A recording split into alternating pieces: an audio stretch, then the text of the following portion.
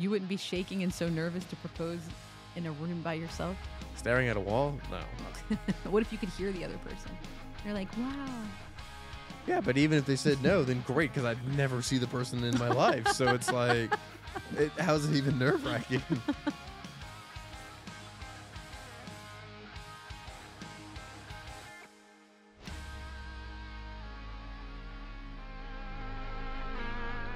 Welcome back to another episode of A Fine Podcast with your hosts, Amanda and Joseph. Yeah, welcome back, everyone. we're back. Indeed. Hope everyone's doing well. Yes, and we would like to give you an update to our treadmill story if you were here last time. Oh, yes. So last episode, we talked a little bit about how a treadmill was delivered to our house and how Joseph helped carry it into the house. And then we were wondering how we were going to get it up the stairs. Yes, I was nervous about having Amanda partake in such endeavors. But it all worked out swimmingly. I don't know about swimmingly, but yes, she impressed me, and I had the idea of how to lift it up. yes, you just did the reverse of my ideology, but yes. That's true. You did come up with the After you idea came up with to the original. reverse it. So yes, that was a clever move. So explain how we did it. You went backwards, actually, Yeah. and You carried the heavier piece forward. yes, and we had to navigate some baby gates on the stairwell as well, At the bottom and the top. but it's up there now, and Yeah. We had to lift it above our heads to get over the gates. yeah, it was a nice little shoulder exercise. Yeah. I was scared. Yeah, and keeping your balance while walking up steps. Backwards. Yeah. Yeah, I'm impressed. You pulled it off. Thank you. Yeah. Thank you. I'm just happy I could help. Yes. We are not unalived, so that's great. Yeah. Remember you said I might be the only host this week? No, everything worked out. We're all okay. And then after it got up the stairs, it went well with the setup. Yeah. He it works- explained tools to me. It when works we were dandy now. setting it up. Yep. Yeah, I tried to make you learn how to read an instruction kit. Okay, but those instruction kits are frustrating. Really frustrating. I mean, yes, I'm aware. I've done many, many a time. We looked at Allen wrenches and screwdrivers, nails. There were no Screws, nails. Yes, screws. screws, no nails. They look like nails. Tap screws. So Yes. Well, it's been working out really nice in my office, and everybody's happy and healthy here, and all is well. So, yeah, it's been a easygoing week. yeah, after we lifted a treadmill over our heads, pretty Yes, easy going. Yeah, solid point. So we finished The Golden Bachelorette and recapped that finale. So if you haven't seen it yet, please check out the video before this. But now, what is this couple to do but get into the latest season of, Love is Blind. yes, season 7, Love is Blind. Woo! I am so excited that Joseph is finally watching this series with me because it's just been me by myself watching it. Yeah, it's been great. Normally it's like, oh, you got to watch this. So great. I'll get to go do whatever I want to go do. Yeah, he And goes then- and plays video games, and I take a bath and watch Love is Blind by myself. And now it's just been so refreshing to see him hooked to the TV screen. Okay, I'm not hooked, but There were moments where I was like, wow, he's on the edge of his seat. This is really interesting. I don't know about that amount of obsession, but I mean, yeah, it's definitely a first. Definitely first, because usually I'm just recapping it to him because I have to fill him in on all the details anyway. Even though he hasn't watched any of the other seasons, I just need to fill him in on the latest drama, and especially when TikToks come up explaining different people from different seasons. So he's had to endure that, but now he's actually watched 2 episodes so far. So we are recapping the first 2 episodes of season 7, Love is Blind, today. And we have a fresh perspective on board. Can't wait. Woo! So we are going to recap it by couples of what has happened in the first 2 episodes so far. So like we'll go over Ashley and Tyler, the works. Okay. Well, I mean, I don't know anything. Like some of the concepts, I still don't even fully understand about this show. That's why it was interesting to get your perspective. So let's talk about that. When the show opened up, the first thing that shocked you was Nick Lachey is the host of Love is Blind. Yes, because I have watched. Well, I watched the season 2 of Perfect Match. I didn't watch the first one, but yes, Perfect Match. I saw him there, and then I was like, "Oh wow, this guy's back to do this show." So, has he always been the host of this? Yes. Since season 1. Yes. Him and his wife, So Vanessa is this like Lachey. his debut as a Netflix host of reality TV shows? I have just seen him do the romantic types of shows on Netflix. So I don't know if he has like just a specific category of romance shows. Right. Could be that. Interesting. Nonetheless, this man is back. He's back. He has his wife, Vanessa Lachey, and the 2 of them are the host for Love is Blind yet again. And they walk in and they meet the guys and the girls. And the episode, or the whole series rather, starts off with the girls and the guys talking a little bit about why they're here. They're looking for love. They just haven't found it. They're always behind their computer screen and they just haven't had enough time to find a partner. So they're just kind of listing off all the reasons as to why they haven't found love yet. Yeah, I mean, I don't know. This was something I never related to, so but I don't know. I don't really. Why haven't you related to? Well, I never really actively was like searching for it. So when it comes, it comes. That's true. Just go by the wind. So yes, I don't know. So I guess they're actively trying to, and also be serious, because I guess marriage is something that happens after this show. So they're quite serious about trying to find someone at this point. So. Mm-hmm. Yes. So when love happens, it happens. That's a good quote. But it happens for some people. But I know Garrett said that he spent a lot of time going on trips where he was all by himself or something. And he wasn't able to find anyone naturally because he was off in remote locations. So yeah. I don't know. I just thought that was interesting. I mean, isn't it going to be the same? I mean, you're still going to have to try to find someone that would, if that's your work life, that's then. Yeah, I don't find someone who's going to be okay with you traveling remotely all the time. Well, too, I don't know what his job fully is. Right. I don't understand it. I mean, he just mentions this, but I'm just saying, if it is some like common thing, then coming on this show is not going to solve that issue unless you find someone who's going to be okay with you traveling around the world, unless they're able to come. But right.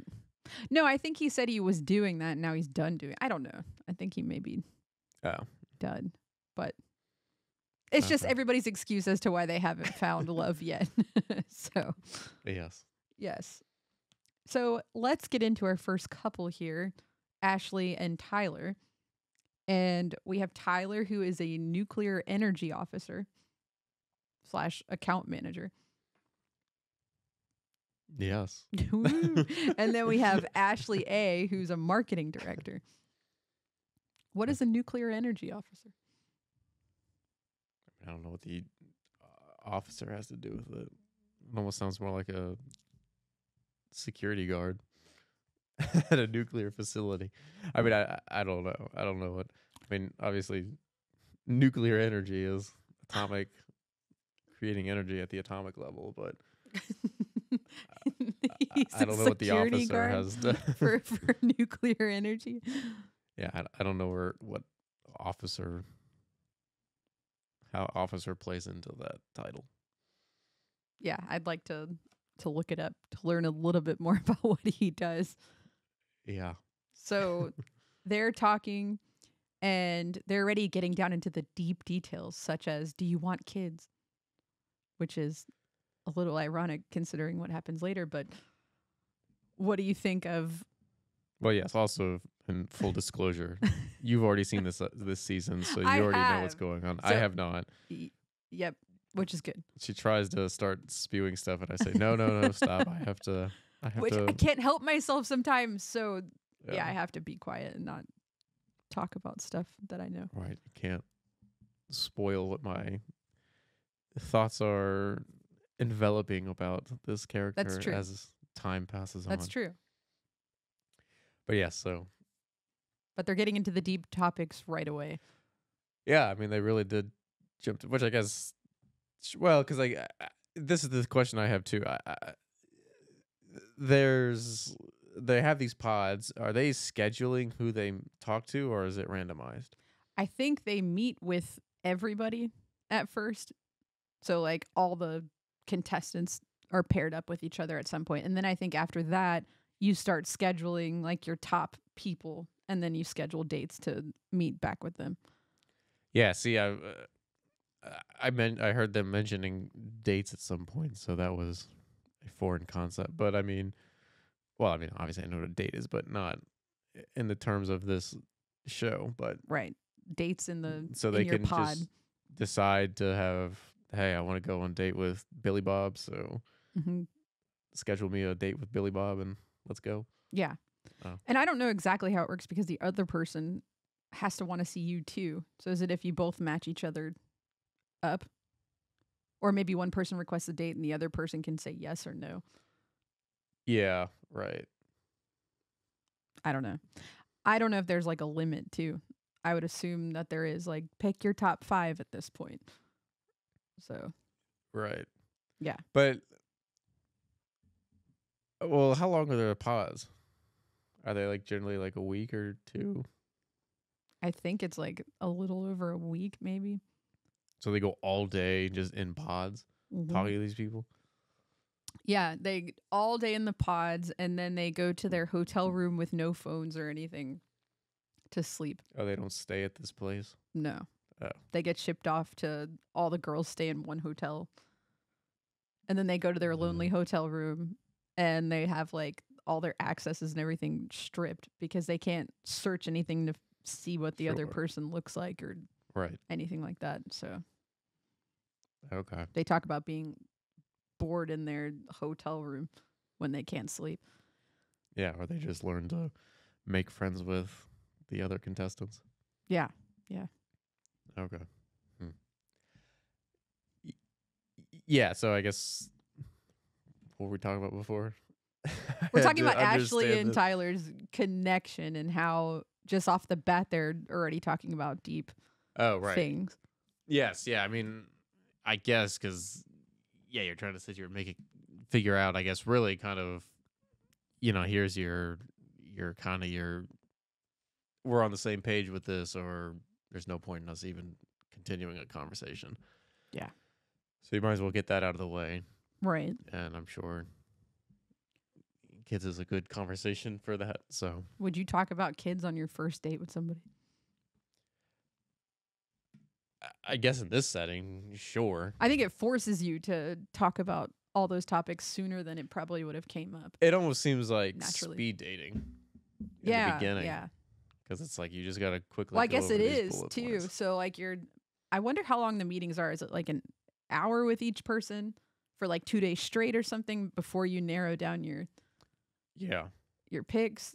But then you're just going through and writing down things like, how did they answer this question, which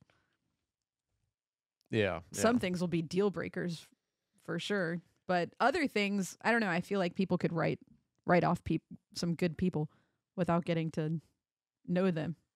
Like if they ask them about their political status or I don't know, anything, then Their what status? their political status. Oh, polinical status?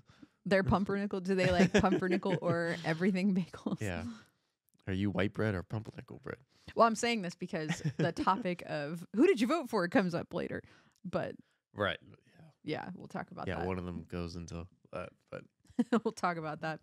So they talk about kids. They ask each other questions like, "Is it okay if I have your phone password?" Or "What's your feelings about having your significant other's phone password?" And I think Ashley asks Tyler that, and then he's like, "Oh yeah, I'm totally cool with it. Totally cool. I think we should always share passwords and stuff." yeah.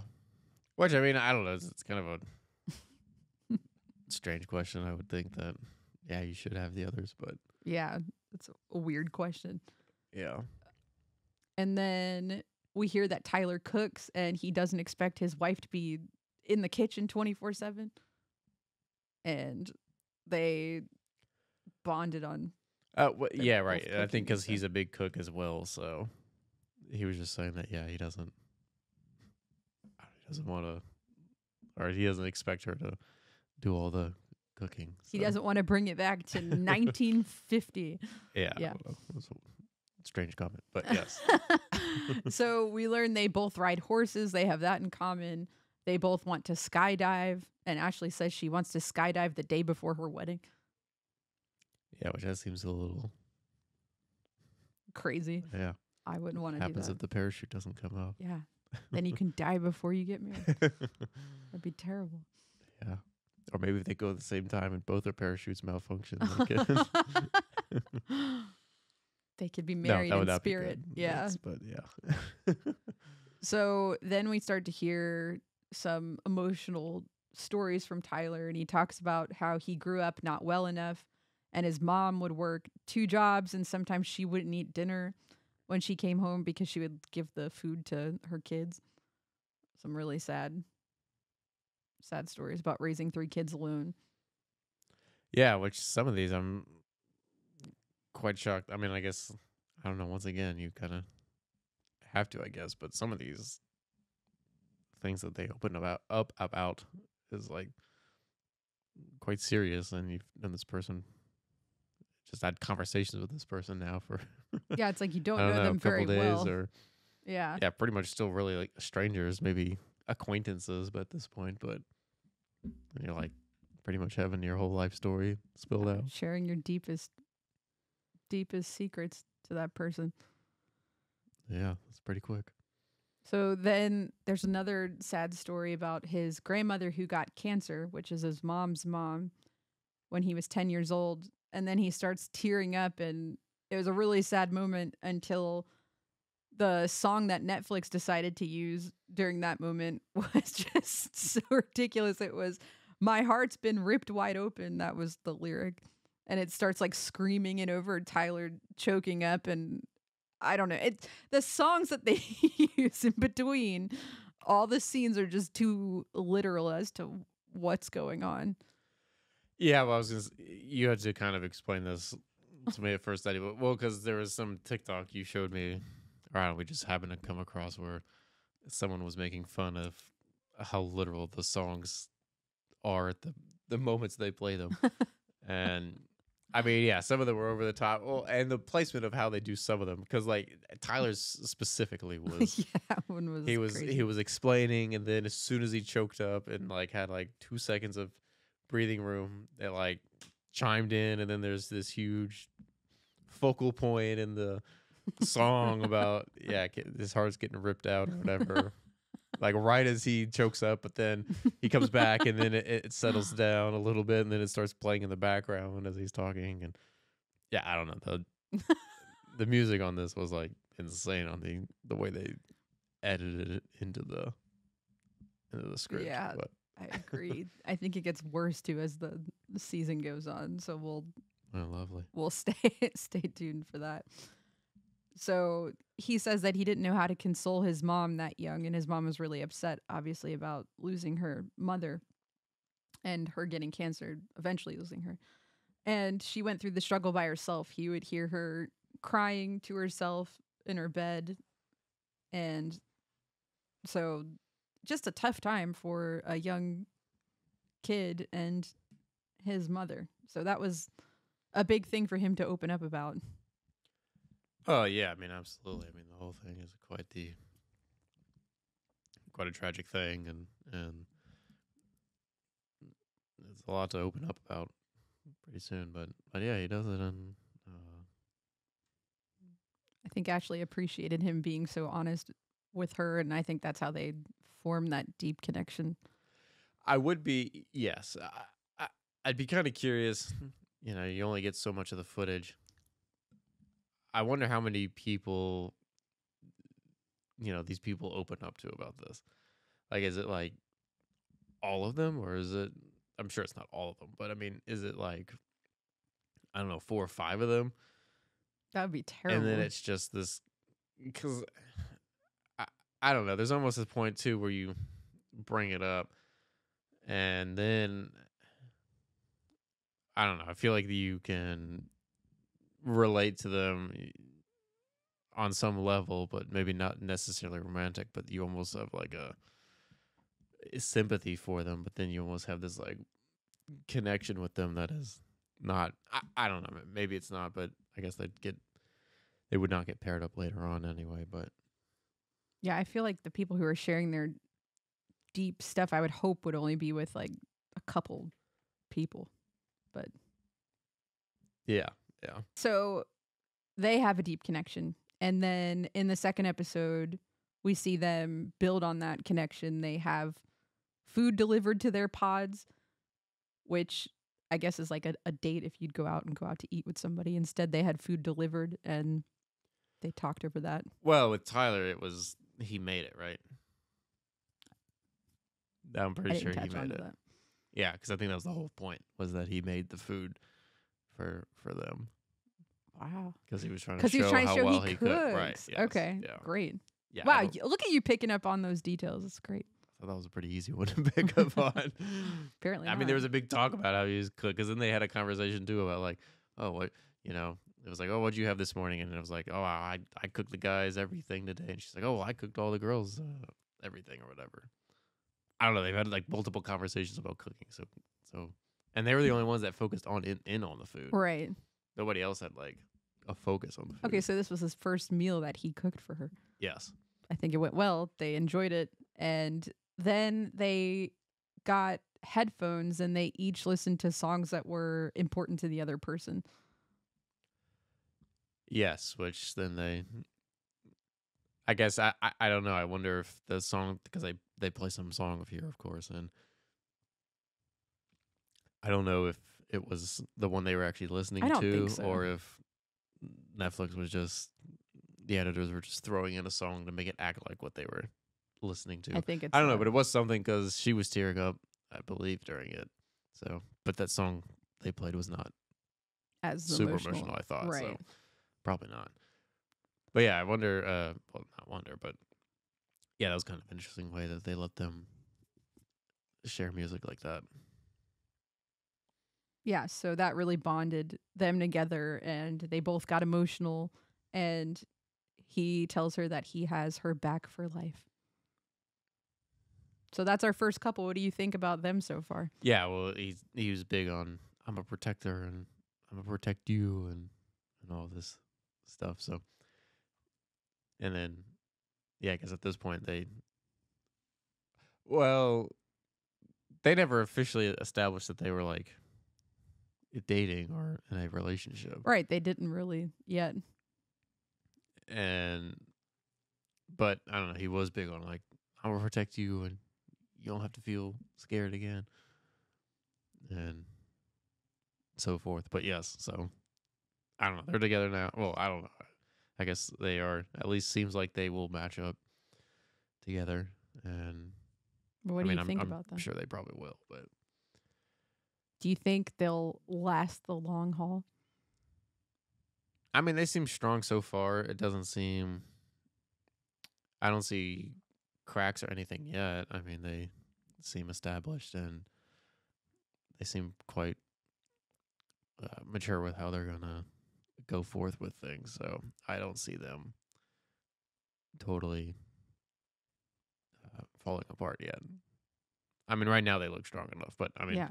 hasn't been enough time. They haven't had a disagreement yet or anything. So, but I mean, short to start, yeah, I would say Right now they seem solid. yes, yeah. Yep. Okay. There's one solid couple, and let's dive right into Nick and Hannah. Yeah, this one's not going to work. Off the bat, is that your opinion? Yeah. Yeah. So let's talk about them. Nick is a real estate agent, and Hannah, well, she quit her job to come onto this show, but before that, she was a medical device salesperson. Yeah, I like how they still have her title, even though she's technically unemployed Right. at this point. Whereas every other TV show, it would say unemployed underneath. She probably her like name. requested, please do not Yeah, like, say keep I'm my job unemployed. title. Don't make me look like a loser or something. That I'm But she did say multiple times, I quit. I quit my job to well, be on she was this saying, show. yeah, I'm this serious about this, but also in terms that I quit my job and I also may be able to become an influencer after this. And Yeah, I quit my not job long to have be go back. an influencer. Yeah. Yeah. But I don't know. These two are, I mean, yeah, I don't know. The way he talks is just, I do totally understand her doubting of how things go because he almost just talks in a way that how you just, the answer to your question, how you want it answered, he will answer it. So you don't really know, is it truly genuine? Is it just baked into his response? And I almost kind of feel like some of it is he's been at this game for a while and by like instinct just is him naturally saying the right answer, even if it may not naturally or actually feel that way about it. It just almost just rolls off the tongue that way for him. Yeah, I think a lot of what he says is very calculated. Like, I have to make sure I'm saying the exact right things that I should be saying. Like, he's consciously thinking that every time he talks and says something. Yeah, yeah. Especially, I think, because, I don't know, it makes a lot of focus on how he kind of pictures their life going and, you know, the things she'll wear and whatnot. And then she makes a very big consciousness about that. And then he's like, oh, well, no, I don't care what you look like or whatever. But I don't know, you didn't make a big or not influence, but you made a big stink about it. I don't know the word. I don't know a better word right now, but you have a big focus on it otherwise. So You made a big production but over this then- one thing, and yes, and now you're saying no, it's not really a big deal or anything. So liar.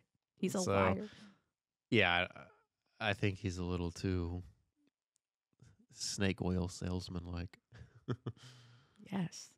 And his name's Nick Dorco, which he says it's like dork with an A. Yeah, it's like his signature thing. Yes, his signature thing.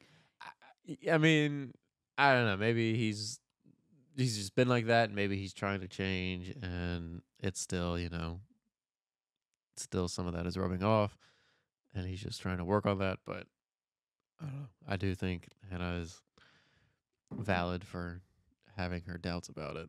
But I don't know. She's got some interesting things going on as well, though. Yes, she does. All right, so Nick is introducing himself as a big football man. He's a kicker and a punter. And he says that a whole lot of times. And then Hannah is doing like this crazy high-pitched laugh, and she's saying, oh, I was the cheerleader in high school, cheerleader. So they're trying to like play off what each other's saying. Oh, yeah, I'm a football player, I'm a cheerleader. Yeah, I mean, so we see Nick opens up with this a lot because he played professionally. And when anyone says professionally, they mean any other league besides the NFL, which is very, I don't know. It's just, I grew up, I had a coach in high school when I played football, and he always was like so heavy on, you can play professional football. And everyone was like, didn't you just play in the NFL? He's like, no, there's so many other leagues in the NFL. But obviously the NFL is the top league for football. But I don't know, it's just, so I don't know. Whenever I hear anyone say professional football, I immediately think That's back funny. to my high school coach ranting about it. But yeah, so which I think he does that because secretly he's trying to implant an image in the other person's head about what he looks like. Right. And like, I'm this like really good looking football player. Pick me. right. Yes.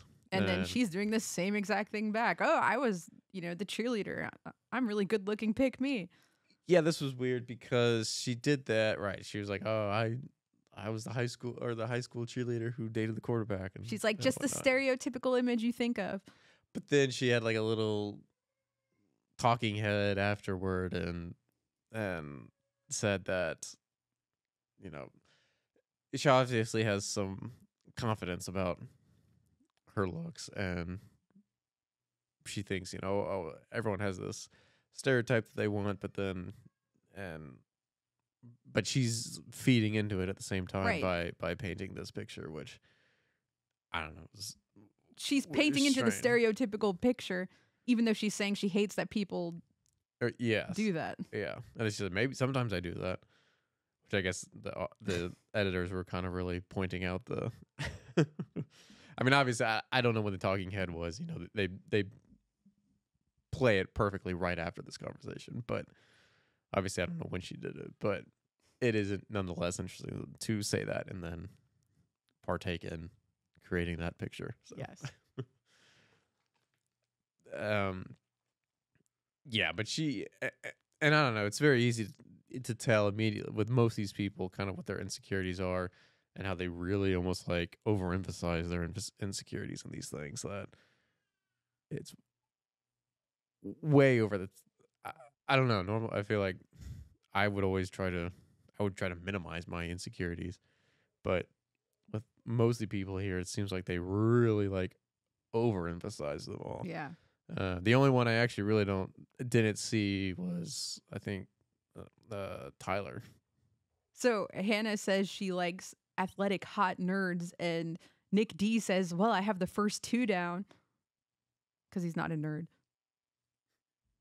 So. No, he is dork with an A, not dork. Yeah. So then Hannah says to him, well, my mom's a smoke show. And then you were like, what? Her mother smokes? Yeah, I guess this is a sign that I am entering the older age of my life, as I was, for the first time, I did not understand a young person phrase. He was like, why is she saying that her mother is a chain smoker? Yeah, I heard smoke show, and then I was like, wow, so she smokes a lot. But then he started talking like around, looks and everything, and I was like, so I guess what? The smoke show is the new term for hot or something like that. But yeah, I think that's what she meant, was the apple doesn't fall far from the tree. Ha ha. She looks great, and so I look great too. Yeah. Which this is what I don't know. The other thing is, the whole point of you going to this show is to try to, you're taking looks out of the picture in the beginning. But then these people want to immediately come in and paint this picture of what they look like. Right. So I don't really, why are you really at this event then? That almost seems more to me like, especially because this is 7 seasons in, it's very popular. A lot of people watch this show, so you could potentially, it could go both ways. You could really make yourself look terrible and then the public hates you. Well, remember what I told you about Chelsea on Love is Blind season 6? Oh, yeah, she did this, the whole Megan Fox Yes. way. Yeah, I mean, she sat here and painted this picture too, which, all right, I think it like totally skewed that guy's decision then, because he totally would have probably gone with the other person. So he went with she said that. her, and then he was like, whoa. Yeah, which, why are you doing that if you're on this show? I don't understand that. Then go on Perfect Match or whatever, one of these other crazy shows that are about looks. I don't know. I don't really. That almost seems to me more like you really just want to kind of be on the show and here's your chance for your 15 minutes of fame. I totally don't get it. It's like a reason to convince the person to pick you. Like, hey, but I might look really good if that sways your decision at all. Yeah. You're right. It's not supposed to be about that. So I think people are like, do they not have enough to say? And then they just get desperate. Then they just start talking about that. Yeah, I mean, I don't know. It seems, or they find one person who seems to take a little bit of interest in them, and then they throw that out there to try to like hook and reel them in, so that Yes. they go with them and not pick someone else, because then they don't want to be kicked off the show and they want to make it into the matching process. Yes. So, Yeah. that seems like that would be like a red flag to me if I was in that situation. It should be off limits. Like as soon as the producers hear them talk about looks, they like come in and just say, stop. Yeah. I don't know. I don't know how you'd control that, but Yeah. it shouldn't be allowed. I think it's just a very easy red flag indicator at that point. That's true. So Nick says that real estate just fell into his lap. Yeah, this was something I didn't understand either, because he was already in the professional league. He's still young. I mean, he could still be in the league if he wanted to. So I don't really understand what was the cause of him leaving to do real estate. I don't understand this You transition. get paid to be in the league? I actually don't. I think you do, but I mean, it's because it's a professional league. It's not the. I mean, the NFL is it's just so popular. I mean, it's like the Premier League of real football for real football fans, and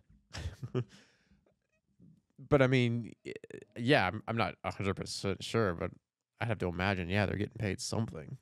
I want to say like, well, actually, I have no idea if he said this, if he got an injury or something. I don't know if he said that now that I'm thinking about it. I have no idea. Maybe he did. He may Someone have mentioned said an that. ankle injury, I think. It may have been him. Maybe it was him. Actually, yeah, that was why he. But yeah, anyway, so nonetheless, he's now in real estate. So it just fell into his lap, fell in there. yeah, I don't. Maybe his parents were real estate agents, or one of them was, or a good friend or something that helped him Yeah, maybe. get in it or something. We'll find out more He about doesn't how state. that's going Oh, well, yeah, I guess later. you know this already. But yes, for me right now, I'm unsure. Unsure. So Hannah's in an interview and says that Nick D is charming, but he seems very experienced with women, kind of like what you were saying before. And then she gets in the room with all the girls, and then she starts talking trash about him, saying, you know, I don't feel like 1,000% comfortable with him. I feel like he's judging me. I feel like if we like went to bed together, I would have to sleep with my makeup on, so he thinks I look good. Like she's starting to get in her head thinking that Nick is superficial, like into her looks, but she did talk about her looks quite a bit as well. Yeah, but I mean, he initialized it, and then she responded, but I mean, clearly, if that's what happened to her in high school, I guess that probably was her former type. He's now painted that picture, and now she's kind of naturally drawn to that because that's just what she's previously dated, and she's going to naturally kind of flock to that, which I see a lot of that too in this. They're all on here for like this new experience or whatever, but then they're pretty much all going to their typical people that they would naturally date in their regular life. That's a good observation. I mean, they're like, here, yeah, we're here for this new process, but they're still going right back to square one, which I mean, sure, it would be natural because you're not going to really, I think, look out your window to try something else. But well, are you saying they go after like the personalities they would date, or they go after the looks, even though they don't know what they look like? Well, I think it's kind of both. I would say for do you think Hannah and Nick, yes, it's more about the looks. Do you think that Hannah accurately described how she looks? No. So do you think if Nick sees her, he would think that this is my typical type? Yes, or do you based on think what she has said to him. Yeah. Yes. Yeah. It's like the Megan Fox. the guy, person. yes, yeah. Yes. It's absolutely that.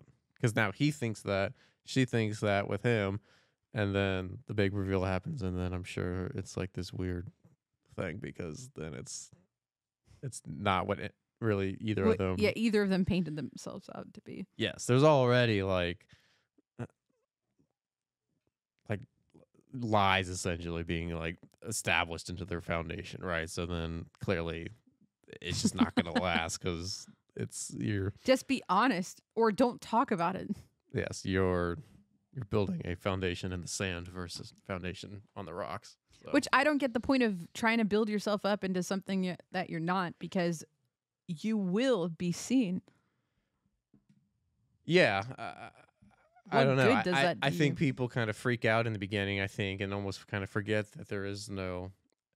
This whole experience to me feels strange because I don't know. The voiceover, it's almost no different than you chatting to someone online, right? You at least know, I mean, there's no catfishing or anything like that, but I mean, at least like if you knew on the other side of the line, right, you're talking to someone, the way, I mean, I think they've done studies, it's like the way you talk to somebody online is different than like almost face to face, right? And you start establishing pictures of what they look like or how they act and what their personality is, and then you also kind of morph it into naturally something that's optimal for you, and you cannot paint out this more optimized picture of it than what the reality of it is.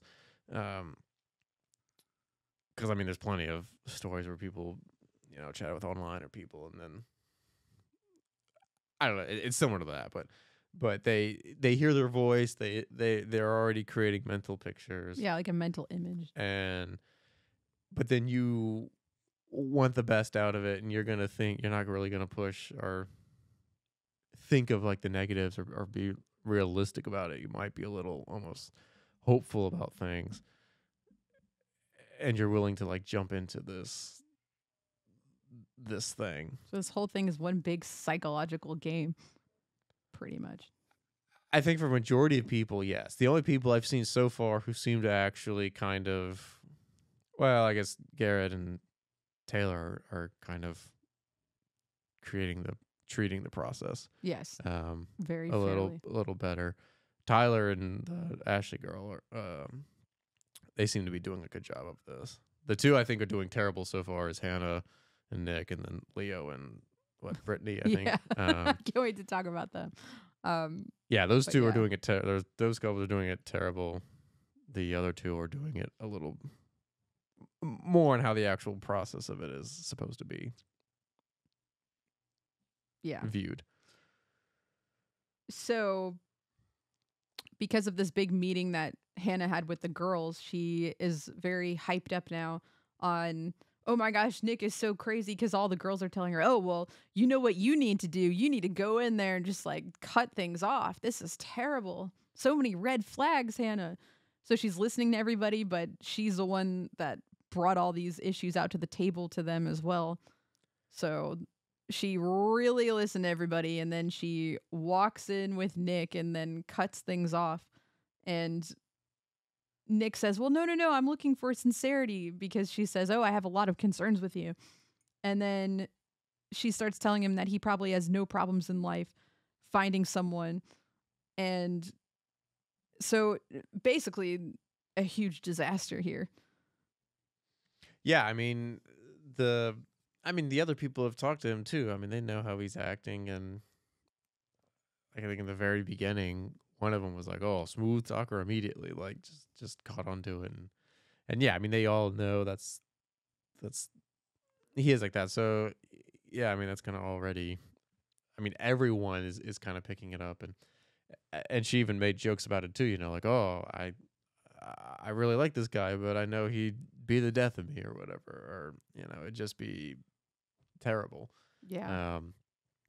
Because one, I think that's what she's dated in the past, and you only say that if you come from experience. So right. And yeah, I really think it's what it is. She's formally done. Clearly, it hasn't worked. It's not going to work with this guy, but she's still drawn to it and wants to. But everyone else is even saying, "Hey, no, this is not a good idea. This is But then Nick says, no, like, I really care about you. And she says she's scared that he likes her just because he thinks that she may be pretty. And Nick says, no, I don't care what you look like at all. Yeah, At all. I don't know how genuine that was, but. And yeah, so, I mean, at all, probably not at all. That's not true. Yeah. I mean, well, especially based on a lot of your former conversations. Right. So Nick says, okay, well, I saw a future with you, but I get it and I wish you the best, because she says she's not sure about him. She has other connections that are stronger. Goodbye. So then they end it there. And then Hannah feels bad and she starts regretting things. And then Brittany walks in the room after one of her dates and she accidentally says Leo's name, who's now Hannah's number 1 on her list. So now Hannah accidentally finds out that Leo has a strong connection with Brittany, who he's seeing. So now Hannah's extra worried about that, because that all of her eggs are in that basket now that she just let Nick go. And this is where I think this is where the show has to create that drama to get people to watch the show. Because once she realizes that, then this whole panic happens upon her, and she's now thinking, "Oh, I need to re-engage this so that way we can match and I can continue on with this show." Where in the real world, I don't think it would have happened to do that, because the whole thing is like these people want to match up with somebody so that they can continue on in the show and not just be off the show and now their opportunity is gone. But right. You really want to match with somebody if your main goal is to be an influencer here. Yeah. And I mean, I'm not clearly just making a stab at everyone on the show wants to do that, but I do think as shows become more popular and go into deeper and deeper seasons, I think more of that mentality comes out.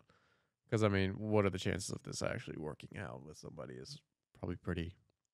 I mean, I guess it'd be interesting to take a tally on how many connections have actually stayed together.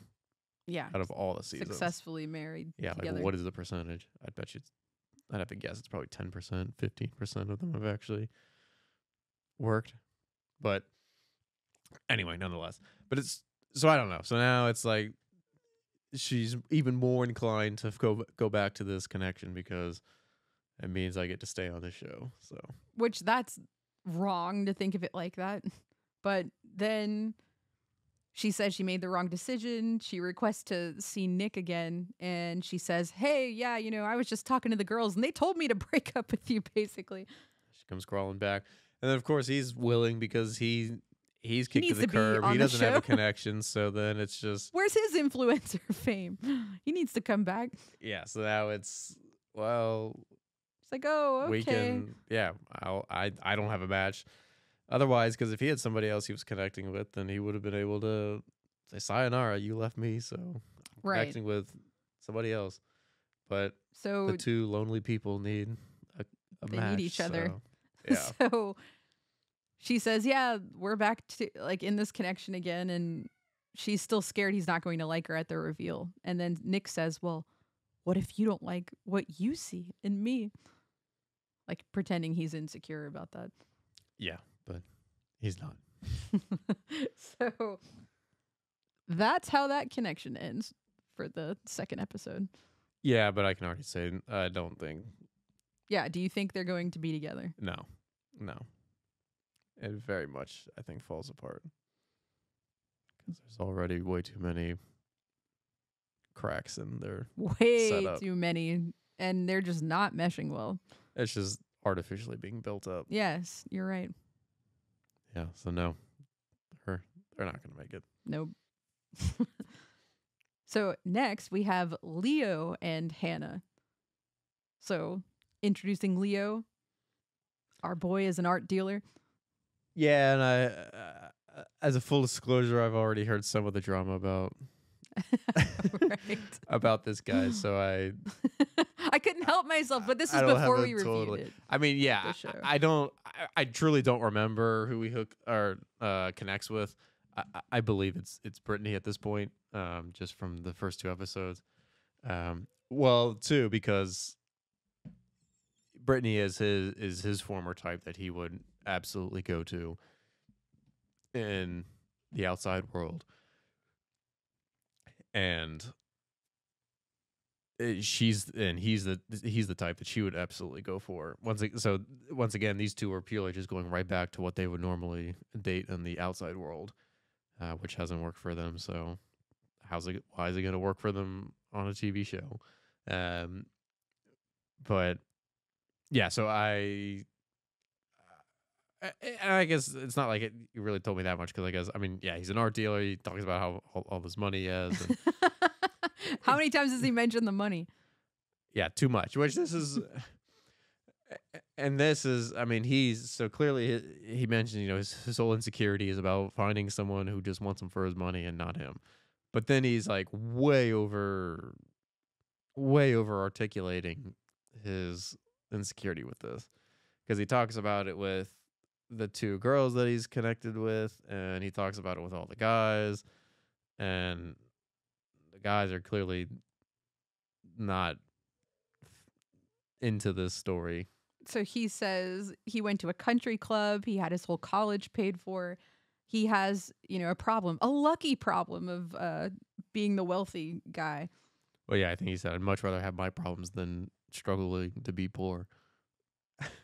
But he is wearing a big fancy Rolex on his arm, and he keeps showing it off, and the other guys are trying it on. And so for someone who doesn't want to be known for his money, he's just flashing his Rolex and talking about money a whole lot. Yeah, and this I don't know how genuine this is, because if that was truly the case, then this would be the perfect opportunity for you to come on this show, wear nothing like that, not even mention any of that stuff. Yeah, like, you could be an don't art even mention dealer. it. It's not like every art dealer in the world is multimillionaire. I mean, you still say your job or whatever, but come across and not even have to mention that at all. True. And you would get exactly what you want of this, finding someone who just loves you for you, and then great, your money's like a side thing, but that they love you for you.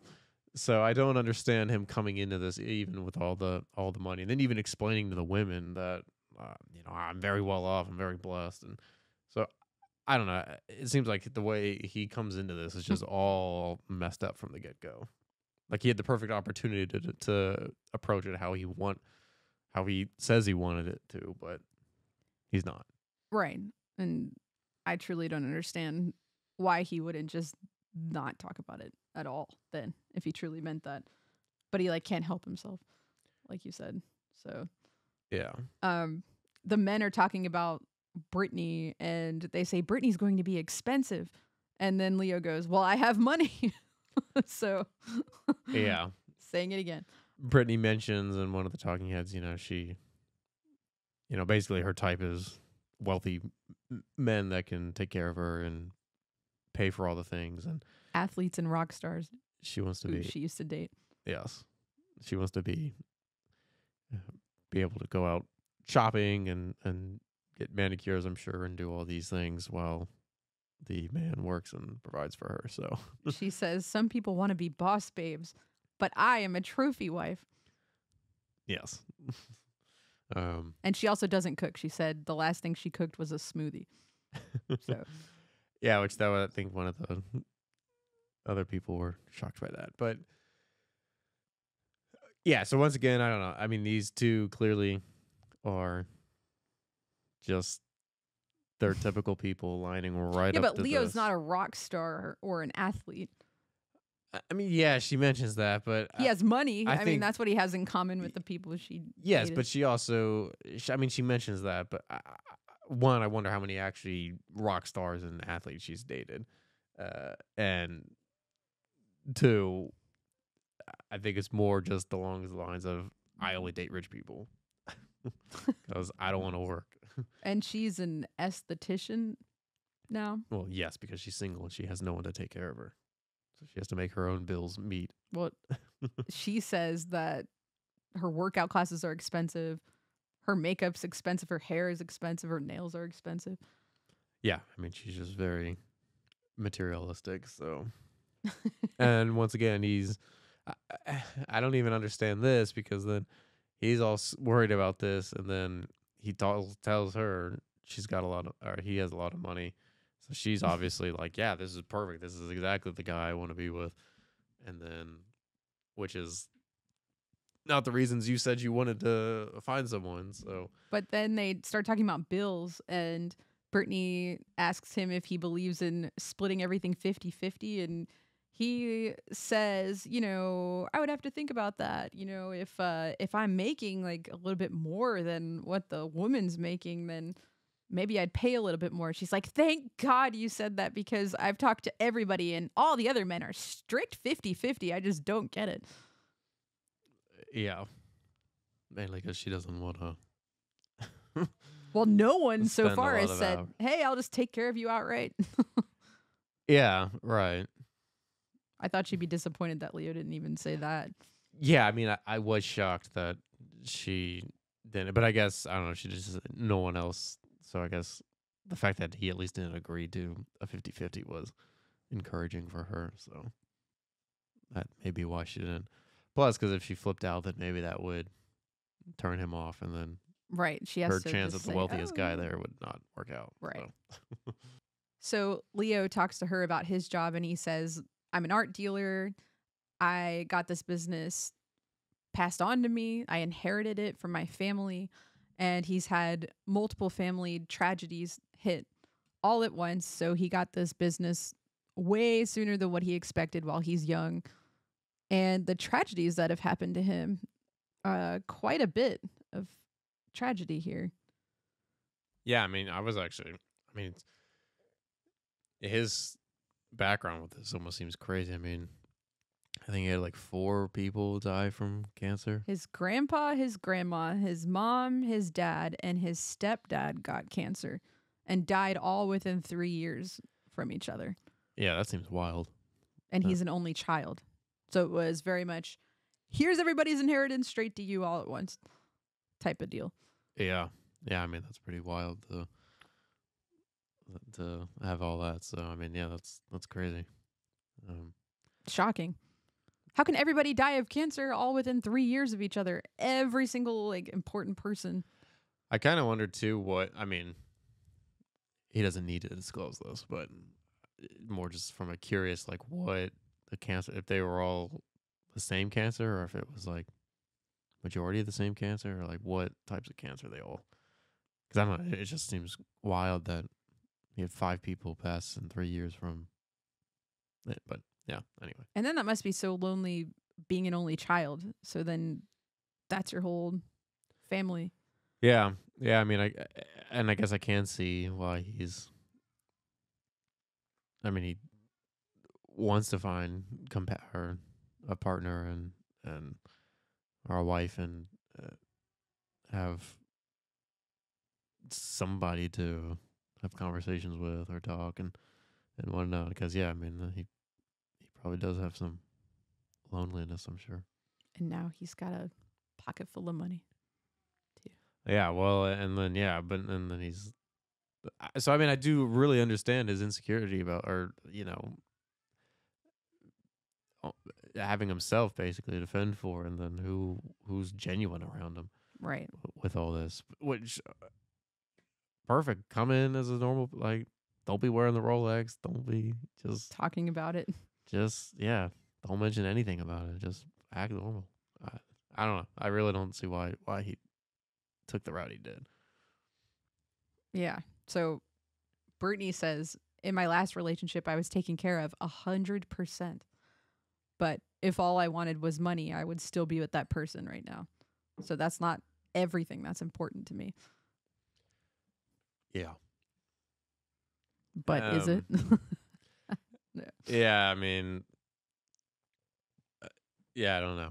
I mean, I guess maybe maybe as it goes on, we'll have a little more background on their former relationships. But Yeah. I don't know. definitely do get his insecurity, though, of people just wanting to be with him for money and nothing else, especially if you talk about it that often. So, Well, yeah, I really don't understand why a red flag is not going off in his head. That Brittany is. is, yeah, because she's pretty much mentioning she's just dating pretty much people. Probably at least 80% of the reason is for their money, and then 20% is for the personality and character. Yeah. But So 20%.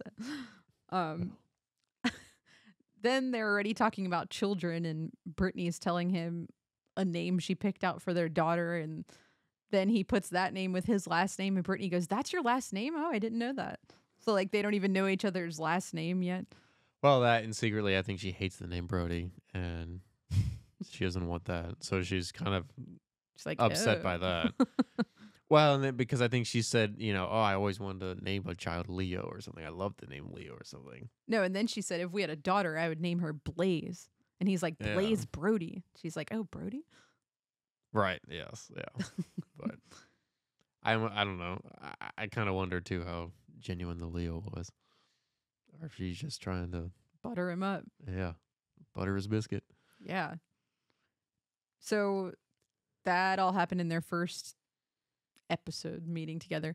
And then in the second episode, we see Brittany admitting that she mentioned his name when she walked back into the room with the girls and Hannah found out. And Leo said, well, it's inevitable that people will start knowing who's dating who.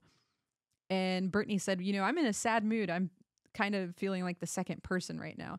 And I'm not going to beg you to choose me at the end of all of this.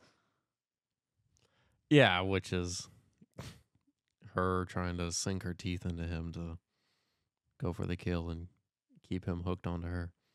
Yeah. So she starts crying, and then Leo says, well, I'm falling for you. And this is the other...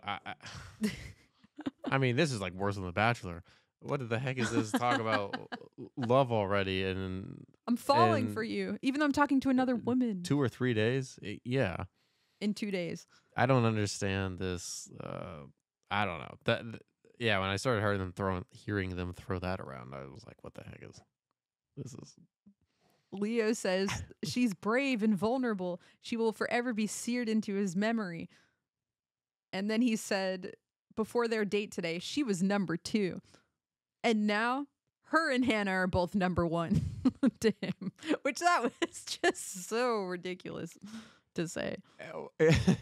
Yeah, I mean, it was pretty funny to come out with that. You used to be number 2, but now you're tied for number 1. Congratulations. Yeah.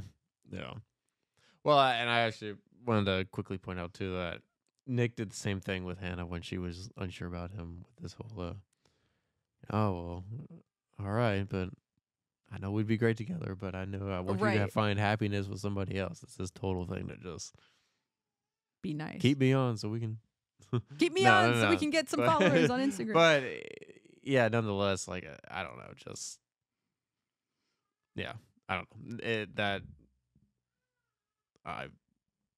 red flag. Yes. So they're highlighting this drama now between Hannah and Brittany, who are both pining after Leo.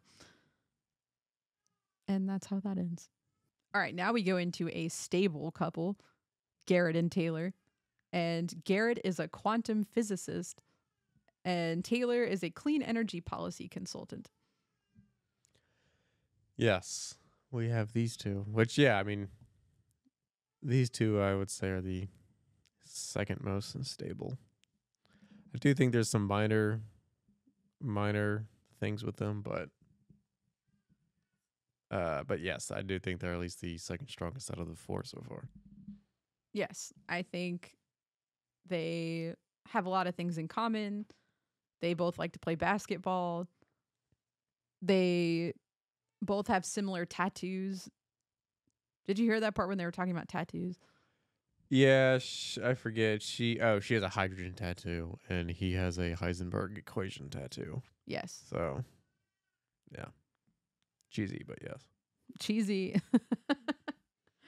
She said she hated physics, but she's pretty smart and can hold up a conversation with him about that, which is more than probably anybody else on the dating roster could do with him. Yeah, well, because you could get into.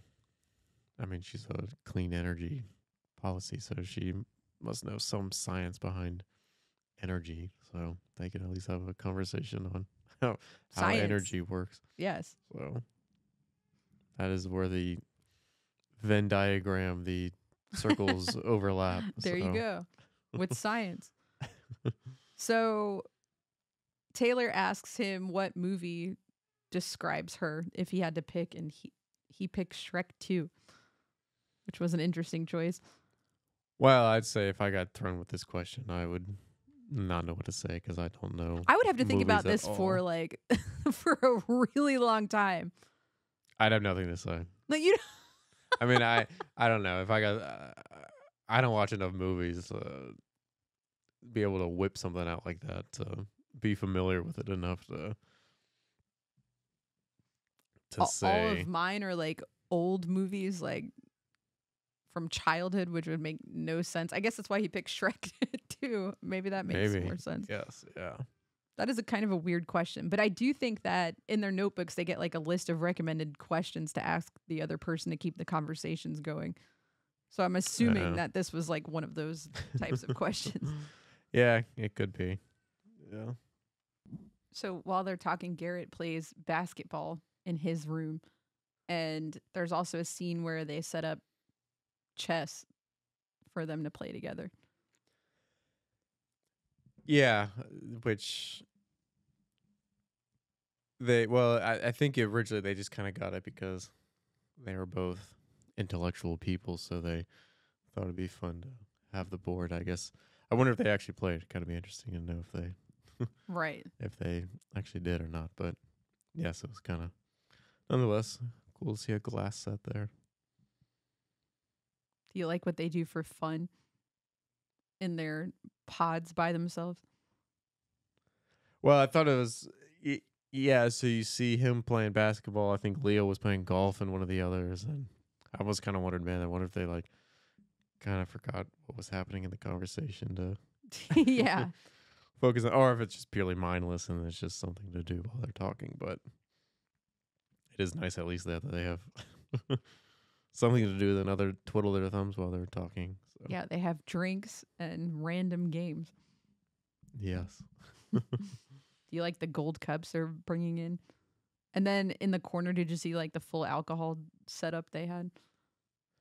Yeah, it was interesting how on each side they had options. But I wonder if they're actually using that or not. Well, they also like bring a drink in from that. I even saw some people have 2 glasses. Oh yeah, they brought seconds because they know they'll be in there so long. Yeah, so I don't even think, I feel like those are just purely for the aesthetic of the room. They're not actually using those butler tables or the wet bars. Right. Do you think, how did they go to the restroom?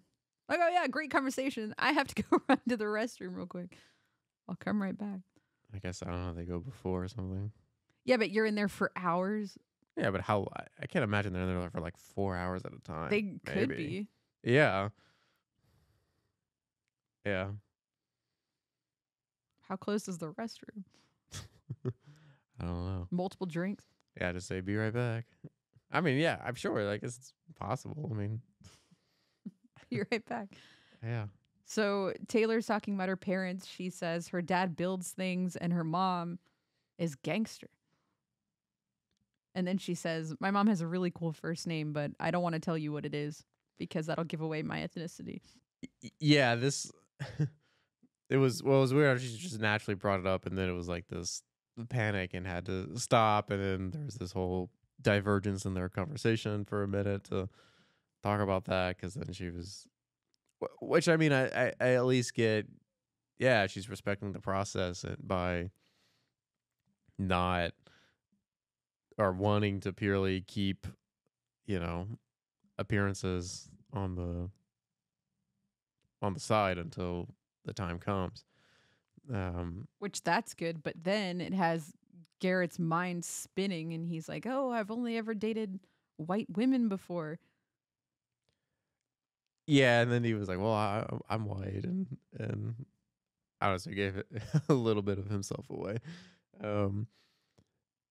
But yeah, I don't know. But then he says Taylor comes across as calculated, slow, methodical, and careful because not knowing her ethnicity was like a careful thing that she was doing.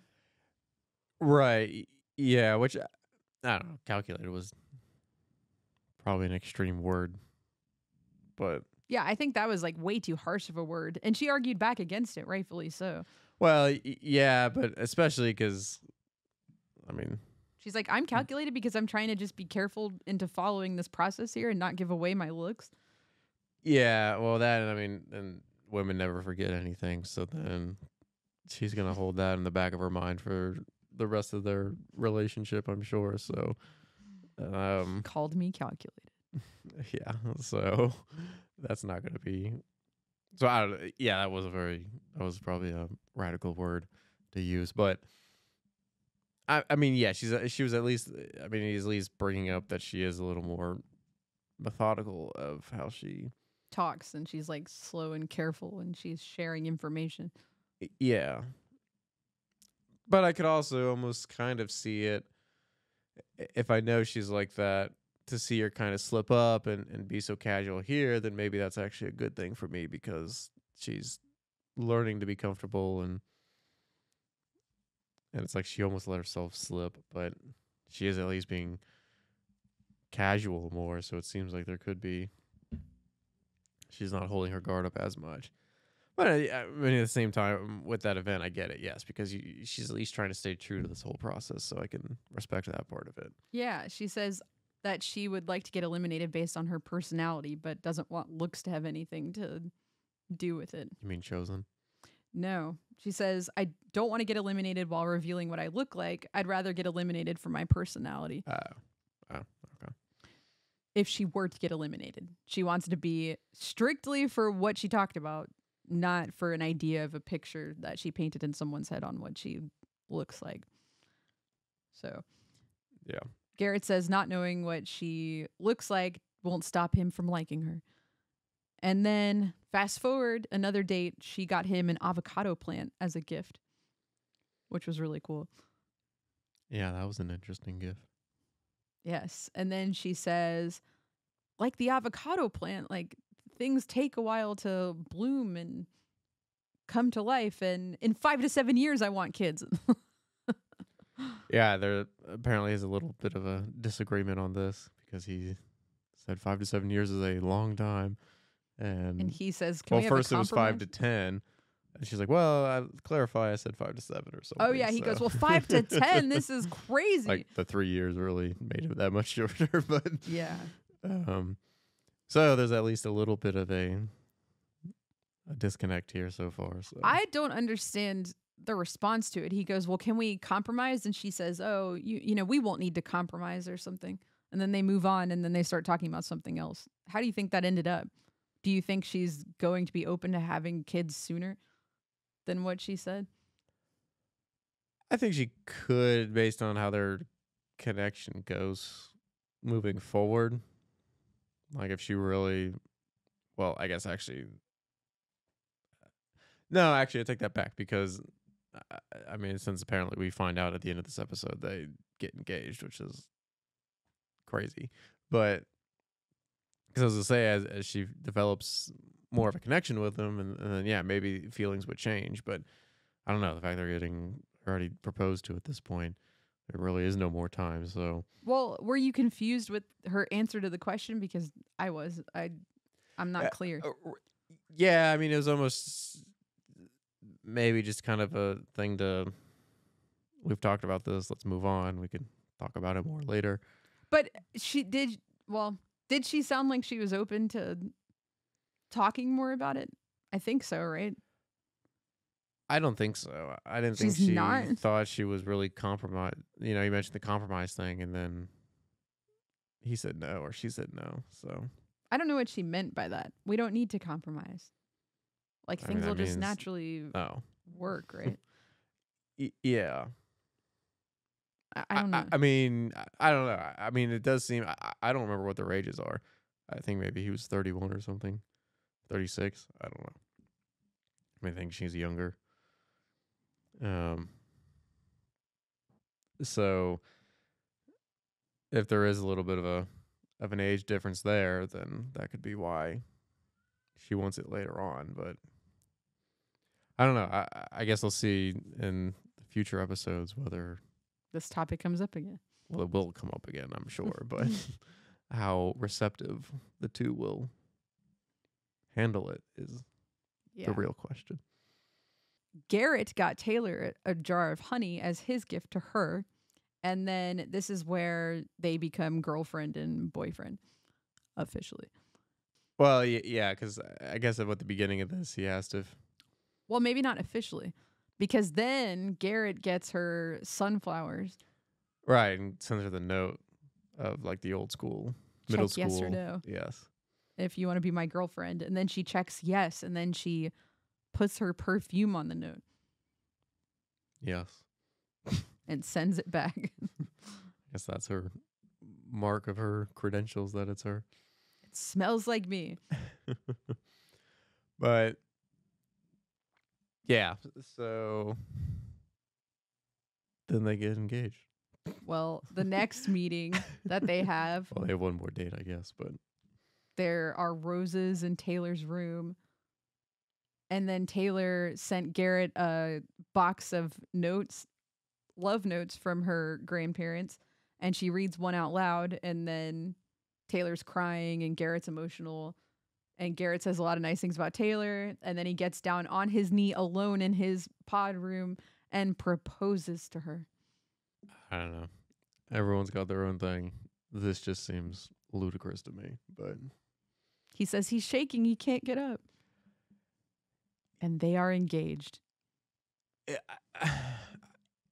This is very strange because I mean, I know I have seen clips of other ones where when they see each other for the first time, they usually the guy proposes.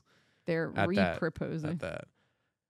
Yeah, all right, because I guess they've already done it in the room. Yeah, what is the point of doing it in the room when you're staring at a wall? I mean, you have to do it. You can't do it when you no, or else you don't move forward. They don't bring you to the reveal until you propose. So we can't make an agreement that says I will propose when I see the person in person. No, the whole point is you have to get engaged before you see each other. And then some of the guys feel like, that's not entirely right. I want to do this in person too. So that's where you'll see them live get down on a knee again. Then this is just the stupidest thing about the show because what the heck is that about? That is ridiculous. So they propose 2 times usually. Yeah. The first time is they look like a mental patient getting down on a knee and staring at a wall. So whatever. That's bizarre. That's foreign to me. You don't like that? No, that is very weird. I would never do that. You wouldn't be shaking and so nervous to propose in a room by yourself? Staring at a wall? No. What if you could hear the other person? They're like, wow. Yeah, but even if they said no, then great, because I'd never see the person in my life. So it's like, how's it even nerve-wracking? It'd be a heck of a lot more nerve-wracking to be in person and them say no. Yeah, but I stare at a voice, say no. Okay, well, yes, I'm very Goodbye. sad. I'll go cry in my room. But great, I've never seen you. You've never seen me. I'll go cry. We've never interacted face to face, so it's not that embarrassing then. If you say no. Yeah, that's true. That is weird. I don't know why they'd be like, it doesn't matter when you see her. You are forced to. You have to.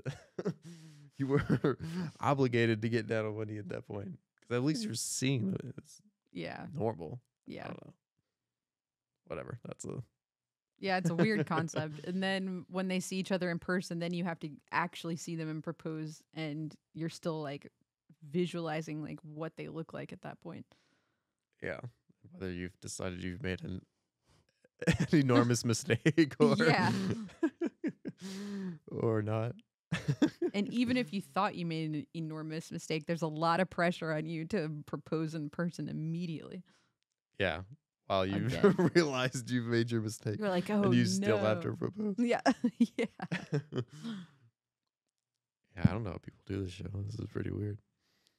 Yeah, it's pretty crazy. So that's where they end up at the end of the second episode. And then they do a little teaser for the big reveal moment where they're behind the screens. Yes, it's a big cliffhanger. So we have not seen them actually see each other yet.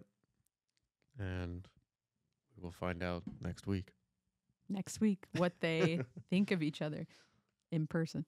Yeah. But I don't know. So I think there's a couple cracks I've seen. I think there's a little things they haven't ironed out or are confident about. So I think they're up in the air. I'm not really certain yet. I mean, they're obviously all up in the air, but I mean, well, I already know the bottom two. I'd put money on it at this point that they don't make it. But the top two at least are promising, I think. Or they show potential. Let's say that. Yes. That's much better. Yes. Until I see more episodes, and then I will reevaluate my position there. Yes. Good thoughts so far. I think Garrett and Taylor are the like top most mature people in this whole experience right now at this point. Well, I think Tyler and Ashley are. Well, yeah, they're pretty good too. I think they're. Yes. I think they're above them. Oh, but really? Yes. Wow. I think I'm biased, but Uh, yeah, okay. I spoiler alert. Shouldn't talk about it. So next we see Alex and Tim, and Alex is a producer, and Tim is a web content strategist. Oh, these. Oh, yeah, yeah. There's so many couple. I forgot for a second who these people were. Yeah, Alex and Tim. So Tim has a lion tattoo, and Alex is a Leo. And here we learn some personal things about her parents. Both of her parents have MS, which to have both of your parents have MS, that's terrible. Yeah. Yeah, that's pretty crazy. So her dad and her mom, who are not together anymore, both have MS in different stages. And her dad and her stepmom have been together for 25 years. And her stepmom takes care of him, bathes him. She mentions he's 6'2" and 220 pounds, and he falls a lot. So that's a big job. Yeah. Well, she's explaining this because this is what her take on marriage is, and seeing what is involved being through the good times and the bad times. Exactly. That's what a marriage is meant to be about, is taking care of your person when they're sick. And her stepmom and her father are a good example of that to her. Yeah. So her mom is in a 15-year relationship with a man, or was in a 15-year relationship with a man. And then he left her when she had to start walking with a cane due to her MS. So that's an example of what not to do when you're committed to somebody. Yeah. Two extremely different examples. So that's really sad. She had to start using a cane, so he left her after 15 years. Yeah, that is. I couldn't even imagine. To say. Yeah, you should never leave your person like that. That's terrible.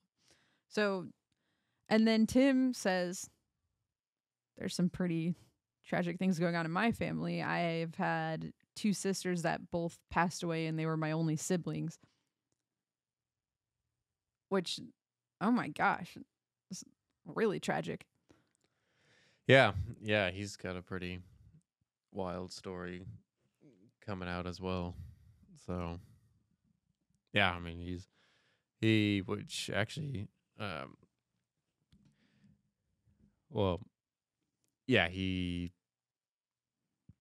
went to the Navy and did some things and then came back. But Tim has a little cheesy phrase that he says here. He says, I don't want to get married. I want to die married.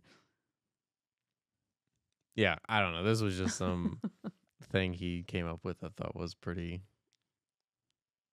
clever. But I don't like it. It doesn't make any sense to me because you have to get married to die married. So what are you talking about? yeah, but it was just one of these things I think he thought, like, right in the moment. He was like, I came up with this phrase, and I think it sounds great, and people will really like it or something. But Well, I think Alex really liked it. yeah, so it worked in his favor. So well done. Yes. Well done, Tim. Well done. So we learned that one of his sisters had lupus, and that's why she passed away. And when he opens up about his sister passing away from lupus, he's getting emotional, and I think this bonds Alex to him more. He says that now my parents can have another daughter in their lives because of how close him and Alex have gotten at this point. Yeah, which that was a pretty wild statement to be staying at this point in their 3 connection. days in. Yeah, I mean, I don't know. Some of this stuff is just like balloons. Like, well, and I do think some of the alcohol is playing an effect here, but nonetheless, I don't know. There's some pretty bold statements to be stating. Yeah, that's pretty significant. Like, you've known the person a couple of days, and then now all of a sudden she's going to be a daughter for your parents. Yeah. It's pretty bold. Yeah. So that's where they end up by the second episode. Yeah. I don't know. My thing with them is they're bonding on all this trauma, and I think that can be something, but I don't know. I haven't seen enough yet to where that's going to be good enough. I think purely just bonding on that is not a good thing, but yeah, there's got to be something else. Yeah. For it to be long lasting. Yeah, because I think otherwise it could just be more of a sympathy or compassion for them versus really true affection or like romantic affection right. for them. So I mean, at least there's not bad cracks, but so I guess I'd put them in like third place right now. Third place. Yeah. You heard it here first. Oh, yeah. Even though this is already you've done and gone with. You may have seen this already. This show was old news. But if you've decided to tune into Love is Blind for the first time, at least you can watch it with us now. I respect you a lot if you have not watched it yet and are tuning in now. But if you've already watched it, rewatch with us. Rewatch with us. It'd be great. Yes, even though you probably already remembered everything. No, I caught on to new details the second time. This is like what? A month old? Yeah. Which in today's society, like a month is like an eternity. It's like how fast news spreads now. Yeah. That's true. This is like ancient news at this point. Rolling right into Monica and Steven. So Monica is in tech sales and Steven is an electrician. This is the cheater guy, right? Yes. Okay. The cheater guy. They say they care about communication and emotional intelligence. And Monica says, I've always been drawn to flaws, though. And Steven says, oh, believe me, girl, I have a ton of them.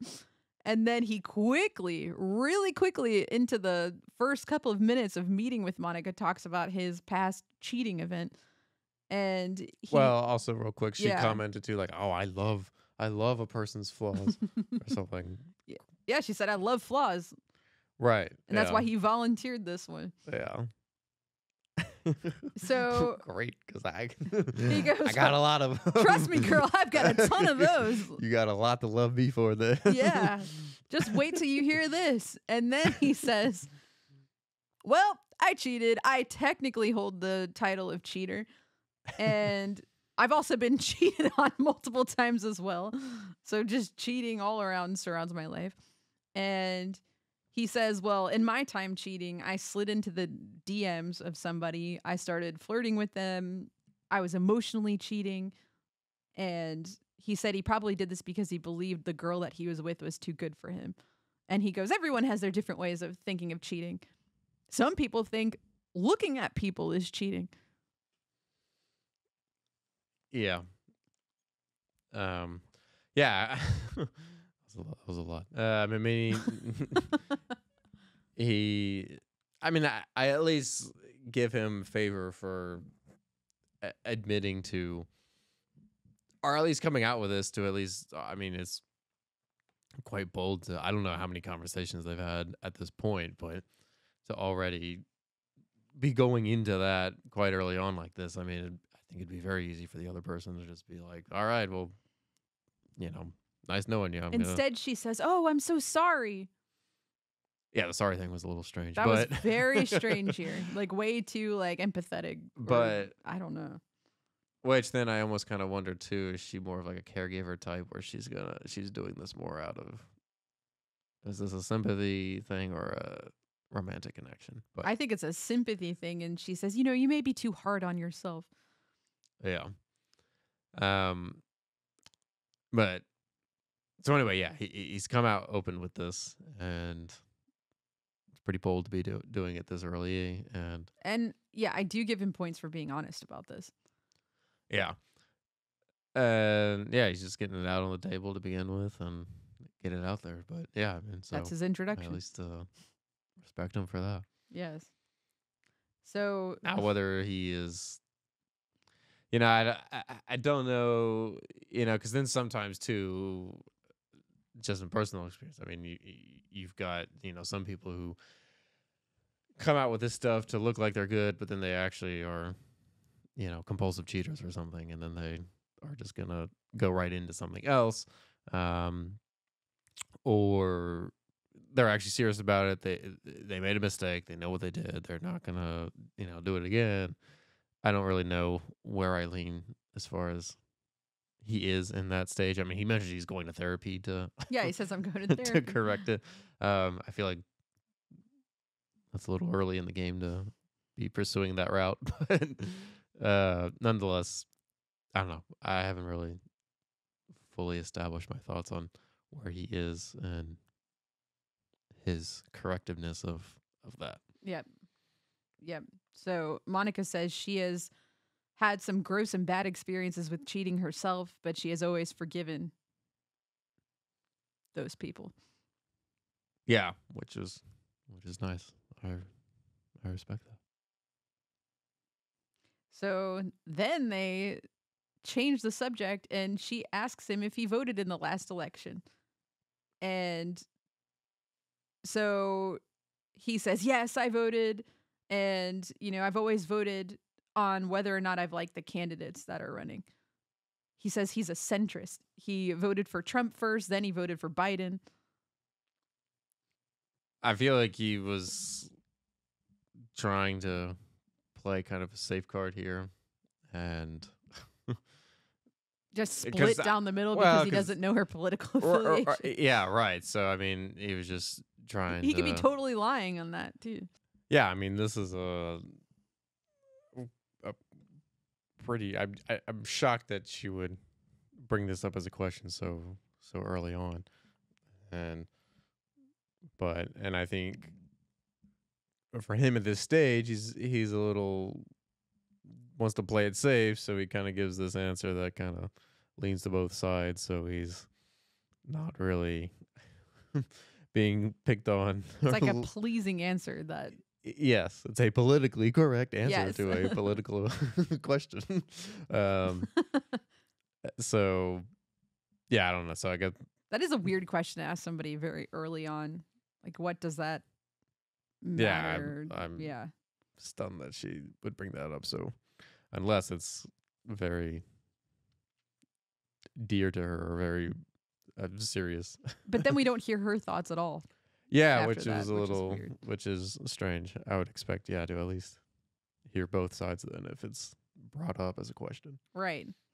So then they go into talking about Steven's ancestor test he took, and he's always identified as white, but then he found out he's Nigerian and West African, which means his dad is 3/5 or 1/2 black.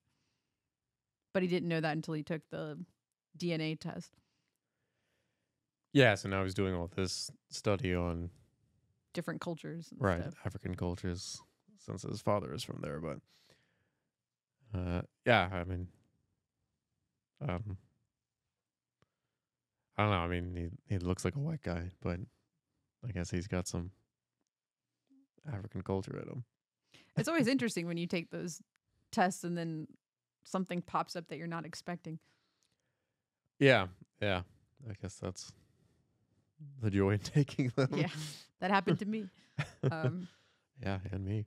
And you. Yeah. So that's the joy in taking them. That's right. To learn your whole history is a lie. Yeah. So that's really interesting for him to learn as an adult. And not a lie, but just your not whole, from your whole life is a lie. Where you thought you right had origins from. But that's nice of him to start looking into books and embracing his background now and his culture. So then Monica says, oh, well, I'm mixed too. I'm Honduras and I'm black. And then Steven goes, you really are a mutt, girl. Which I thought that was a weird comment. Yeah, he has some interesting remarks. He's very animated. Yes. Yeah. So that's where they ended up. What do you think about them as a couple so far? They're like the wild card of the group. I mean, they could go either way at this point. I mean, there's been no. Well, I guess because it's the second episode, this was really either of their first connections. I don't even think. I'd almost be shocked if they even match at this point. So, I mean, I'll see obviously when I watch the next episode, but I don't even think they may be a connection at this point. Because I mean, I don't know. I guess it sparked enough to hold a conversation for a while. I don't think this was a date. I think this was just a scheduled conversation, I guess. Right. I don't know. They don't really allude to when they're dates versus conversations, but so I don't even know if I'm set on thinking that they're even a match yet. So, well, the weird things about them is her having dated cheaters in the past and then him admitting he's a cheater, but they still seem to be connected. So. If they do, then yeah. And once again, not my theory, but just it's them pretty much all these people going back to their typical people that they would. That's true. Date in the outside world. So that's true. If they're dating that, then it's a math game. It's a high probability. It's probably not going to work then. So. Because all those other relationships they were in didn't work out. Yeah. So not sure what the expected outcome is with this one. Question mark. It's because it's on TV. That's what makes it work. Yeah, that's right. It'll work if you have some cameras added in. Yeah. Next we have Marissa and Bowden. And Bowden is a sales manager and Marissa is a law clerk. All right, so Bowden, he was in the Marines in Kuwait, and he tells a story about how he approached a camel to take a picture of it. And the camel looked him in the eyes, didn't like that he was having his picture taken, and started running towards him. And then he ran away from the camel, and then the camel kicked him from behind. And he saw his life flash in front of his eyes. But why would he think that that would be a good idea to go up to an animal and spook it? I mean, he was in the middle of the desert. He didn't have much else better to do, I guess. So he was finding things to do in the desert. Well, I don't know. He thought he was going to die in that moment. It sounded terrifying because the camel wasn't backing down. He chased after him and he was trying to stomp him into the ground, but then somehow the camel went away after that. Yeah. Yeah, it's an interesting story. It's interesting. Well, I don't know. It's like everyone has this crazy, unique situation going on. Yes. So many different stories. That's probably how everybody got casted, is they wrote these crazy things down on their application. That I almost wonder, like, give us a background on your story to know if It's true. if your past history is interesting enough, we'll bring you on. Yeah. Because we know we're going to get you to talk about it on the show. So Yeah. he says also he was in Ukraine and he thought he was going to die there as well. But I didn't really hear a specific story on that one. Yeah, I guess he went back for some time, a short time, and now he's on the show finding love. So Yes. And we learned Marissa was in the military as well. oh, was she? I thought it was just she.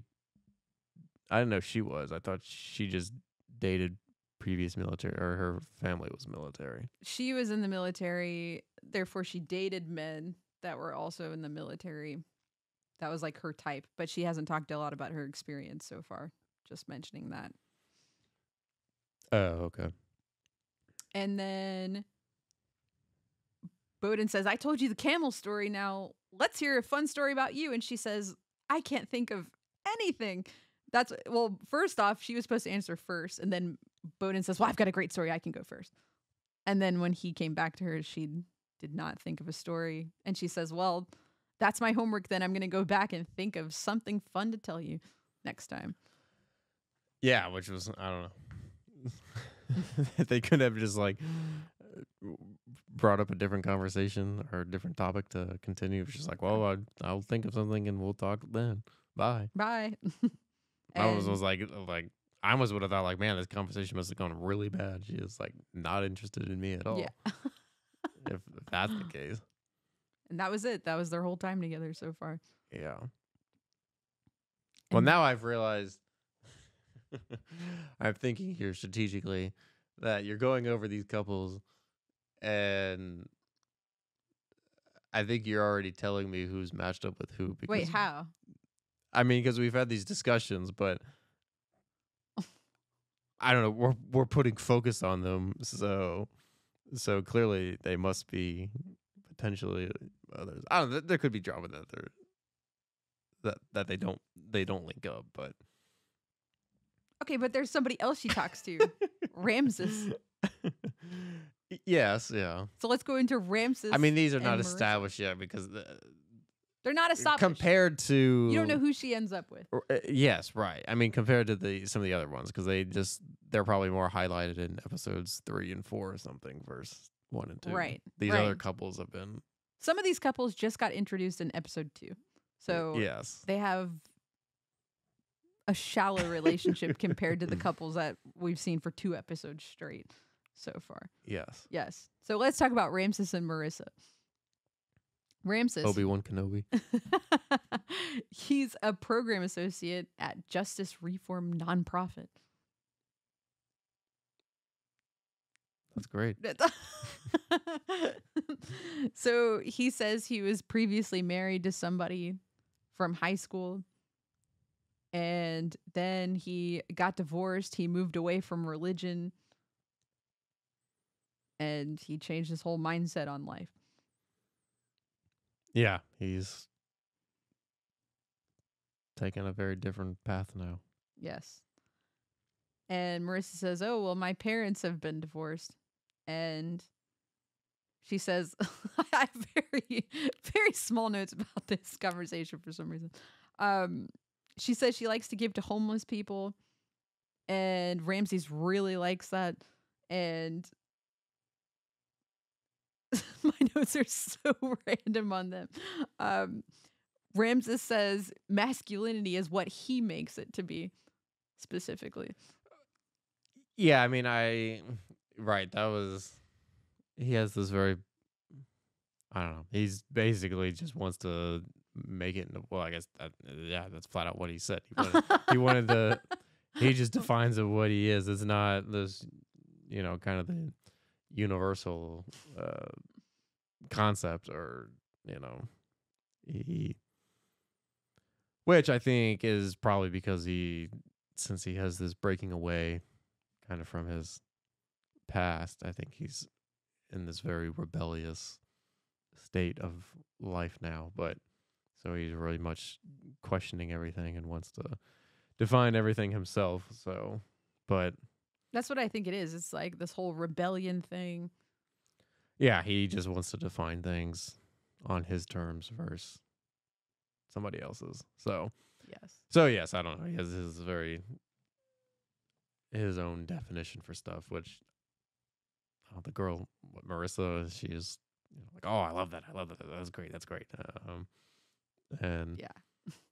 and then I think what they mentioned, like what he asked her what her normal type is, and she said the military person. Yeah. And but then too, she ties in the like well, the whole military masculinity thing is like a whole issue or something. So yeah, and it seems like Ramses like hates people in the military or something. Well, yes, because they are the opposite of what he wants masculinity to be defined as. So yes, and then Mercer says, "Well, I used to date a conservative Trump supporter," and then Ramses says, "Oh wow." Yeah, a very strange remark to bring up in a conversation. Yeah. But and that's all the notes I have on them. I mean, it was very short. It was very like short. 10 minutes of film. It's just like a sprinkle of Ramses so far. Right. So what did you think of the connection that her and Ramses had? Strange. I think the Ukrainian guy. Well, actually, I don't know because she kind of dipped out pretty quickly on. Yeah, she said, I don't have with a story, that whole goodbye. thing. I think that kind of spooked her almost, and so I'd almost kind of say she's more into Ramsey at this point, or Ramses. But I'll find out next time. What'd you think of Ramses' hair? Obi-Wan Kenobi. I don't think you recognize that reference, which is a shame. I'm not even a big Star Wars fan, but like everyone knows Obi-Wan Kenobi. Come on. He's from Star Wars. What does he look like? He has the hair thing that Ramsey has. He does? Yes. Ramsey probably got it from him, if I had to guess. I was like, what are you talking about? Are you talking about they talked about Star Wars and I like totally missed that? Have you even seen Star Wars? No, I have not seen Star Wars. None of them? No, I have not seen it. Wow. I can't believe that. I mean, I'm not even like crazy about Star Wars, but I mean, I've at least seen them just to. You have? Yeah. Didn't we have this conversation a long time ago? Actually, yeah, we did. We did. Actually, we talked about having a. This was like before we were dating. We talked about. Before we dated, we talked about this. You a were big stunned. Party, yes, you were stunned I hadn't seen it. You already asked me this question if I've seen it. I said no. And then we talked about why don't we have a party where we watch Starbucks. This is how so not interested I am in Star Wars. All I can think about is this Starbucks. is like you being Marissa to me like years ago. Wait, how was I being Marissa? Because you're like, I don't have anything. Bye. Next time. I'll think of something next time. Well, we did say we could watch it. I mean, yeah, we talked about having like a big watch party with friends and stuff. Yeah, with friends. To actually watch it all. But then you never gathered friends to watch it. Yes. How come we never watched it? We just dropped it completely. Because I mean, I'm honestly not even that. I mean, I watched it years and years and years ago. I was like a teenager. Wow. I thought they talked about Star Wars. And that's why you said that the first time. No. I was like, I don't think wow, so. maybe they talked about that. No, I don't think so. Okay, then I totally did not understand. No, the only movie that was referenced in this was Shrek. Okay. All right, so we ended with her saying, I dated a conservative Trump supporter. Oh, wow. And that was it. So yes. That finally that is everybody. That's our first 2 episodes of Love is Blind. How has your experience been so far? That's a lot. It's a lot of couples to remember, a lot of details. Yeah, it's a show. I mean, I don't know. They could almost well, I mean, it'd almost be interesting. You could almost like make a show probably where they just chat with each other about this stuff. It's like the producers know, like they've vetted the people. It's not like you're gonna get catfished or anything, but you could almost like turn this into like just a purely like a chat thing, and it'd be interesting to. They should do a TV show. You mean like The that. Circle? Yeah, That kind but of chat dating. with no voice. Yeah, no voice, Whoa. no picture, but there's no picture or anything either. Oh, no picture. Yeah, because they're still Just keeping like that, but it's just purely text. Yeah. So it'd be like The Circle with all the pictures removed. Yes, but you're trying to date. No. But you're dating people. Yes. That would be extremely interesting. I That think- needs to be the next Well, show. I think it'd be the same as this. There's no difference. How can you put like emotion into there it is like there that? is I do think yes. I mean, you get the voice and you get your tone of the voice and you get happy and you get sad and you get emotional and you get serious and so there is a little bit of that, but as far as the thought process goes of like being how hopeful you are, I don't think there's any difference. So how would Hannah type that she was the cheerleader and Nick that he's a football player over and over again? I guess they would just type it. Yeah. I don't know. I guess I bringing up that kind of came out of left field, I guess. But that is a really cool idea. Netflix, please make that a series. No, do not make that a series. Maybe it needs to be like Love is Completely Blind or Love Doesn't Hear or something. Well, Love is blind and doesn't hear.